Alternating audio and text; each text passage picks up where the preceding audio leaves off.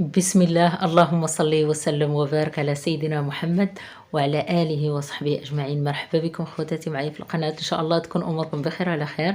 اليوم نشارك معكم شلاضة أو سلطة طبقات كتجي رائعة أخواتي، كتجي لذيذة بزاف، بسيطة، المكونات ديالها سهلين والمذاق ديالها مميز. إلا جربتوها غتبقاو دائما توجدوها، لأن غتعجبكم وغتعجب وليداتكم بإذن الله. قبل ما ندوزو للمقادير وطريقة التحضير، إلا كنتوا أول مرة تشاهدوا القناة تفعلوا الجرس وتابوناو عندي باش يبقى يوصلكم الجديد بإذن الله، فضلا وليس أمرا. كما كتشوفوا معايا كتجي أخواتي رائعة، لا شكلا ولا مذاقا، غير جربوها غتعجبكم بإذن الله.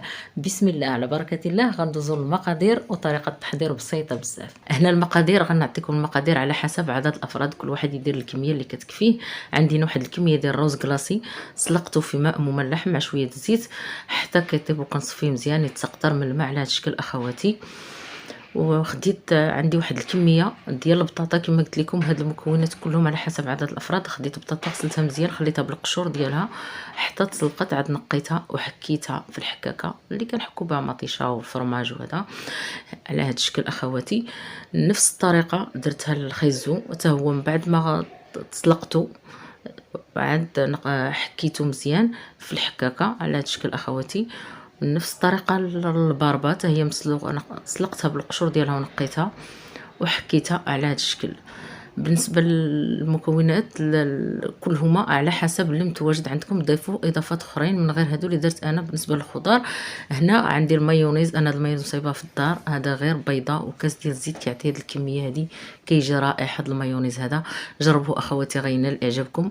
انا سبق لي وجدته معكم في القناه، غنخليه لكم ان شاء الله في صندوق الوصف. جربوه غينال اعجابكم اخواتي، كيخرج كميه كثيره. وعندي الفرماج حمار هنا محكوك على حسب الاختيار، يمكن لكم تضيفوه يمكن لكم تستغنوا عليه.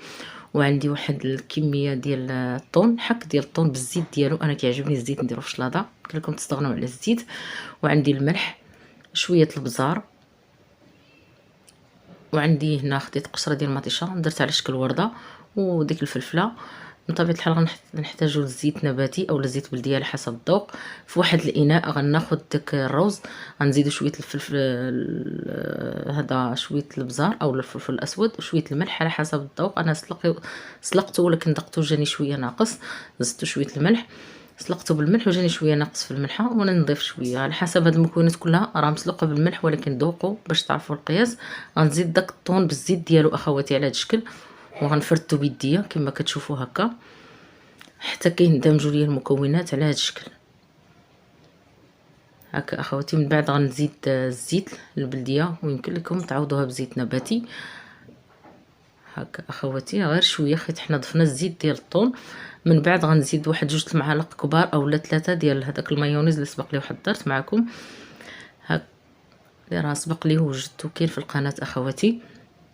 هكا نخلط هاد المكونات هكا مزيان حتى كيتعلق ليا هنا مزيان الروز. يمكن لكم تضيفوا معاه حتى الذره اولا المايس، كتجي فهاد ديكي كتجي رائعه اخواتي فهاد الروز هذا.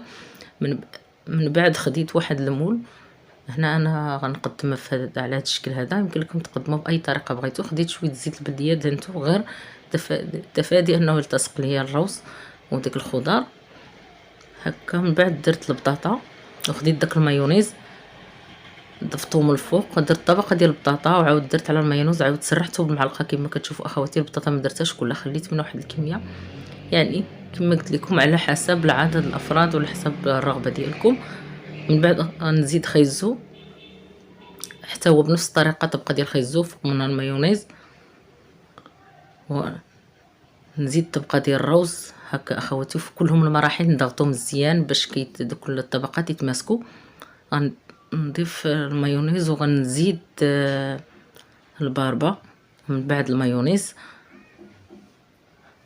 على هذا الشكل اخواتي. من بعد غندير الفرماج، الطريقه سهله بزاف، سرعت لكم فيديو باش ما يجيكمش الفيديو طويل لانه سهل بزاف هاد المراحل هادو. من بعد غنزيد المايونيز، نزيد عفوا الروز الباقي صافي. هذه هي الطبقه الاخرى هكا اخواتي. هنا انا خليتها انا مباشره حيت المون، يمكن لكم تخليوه واحد الساعه او نص ساعه على حسب الوقت اللي عندكم. بمساعده واحد السكين غناخذو غندوزو من الجناب وغنحيد المول على هذا الشكل اخواتي. كنحصلوا على هاد الشلاضه هادي رائعه ان شاء الله تنال اعجابكم. خديت من بعد داك المايونيز درت به هكا واحد الخطوط هكا على شكل تزيين، زينت بديك الورده ديال قشره مطيشها وزينت بديك الفلفله على هاد الشكل. يمكن لكم تضيفوا اي حاجه بغيتو بالنسبه نتوما اخواتي زينوها باي طريقه بغيتو. يمكن لكم تضيفوا اي نوع من التزيين على حسب الاختيار ديالكم واللي متوفر عندكم. انا زينتها بهذه الطريقه هذه كتجي على شكل طورطه رائعه طبقات. هانتوما اخواتي قربت لكم باش تشوفوا الشكل ديالها كيفاش كيجي. ولا خليتوها اكثر انها غتماسك وغتشد مزيان وغيجيو دوك الطبقات متماسكين اكثر من هكا. ان شاء الله تجربوا اخواتي وتنال اعجابكم لانها سهله بزاف بسيطه وكتجي في الشكل ديالها وحتى في المذاق رائعه اخواتي. ان شاء الله تجربوها وتنال اعجابكم لان كتجي رطبه بزاف، كيجي كلشي فيها محكوك، يعني ما كاين حتى شي حاجه فيها اللي غنضغوها او لا غنضربوا مع تمره. كتجي رائعه كتعجب الدراري الصغار كلشي كتعجبو. ان شاء الله تجربوها اخواتي وتنال اعجابكم. غنقطع معكم هنا باش تشوفوا كيفاش جات. كتجي رائعه لذيذه سريعه التحضير وبمكونات بسيطه. يمكن لكم تضيفوا فيها جلبانه، تضيفوا البيض مسلوق، تضيفوا كاشير، تضيفوا اللي عجبكم في هاد الطبقات هادو. يمكن لكم ديروا 6 7 طبقات على حسب الاختيار ديالكم. انا قدمتها بهذا الشكل بداكشي متوفر عندي، وانتم قدموها وضيفوا ليها وزيدوها اي اضافه بغيتوها. ان شاء الله تنال اعجابكم اخواتي وتجربوها. كما كتشوفوا كتجي رائعه. وما تنساوش الا كنتوا اول مره تشاهدوا القناه تفعلوا الجرس وتابونوا عندي باش يبقى يوصلكم الجديد باذن الله. هانتم اخواتي كما كتشوفوا الطبقات ديالها كيفاش كتجي رائعه لذيذه وبسيطه وسريعه التحضير. انا لخصت معكم الفيديو اني وجدت خضره قبل تسلقات وكل شيء موجود. ان شاء الله تجربوا وتنال اعجابكم اخواتي. وما تنسونيش من جيم خليتكم على خير. السلام عليكم ورحمه الله تعالى وبركاته.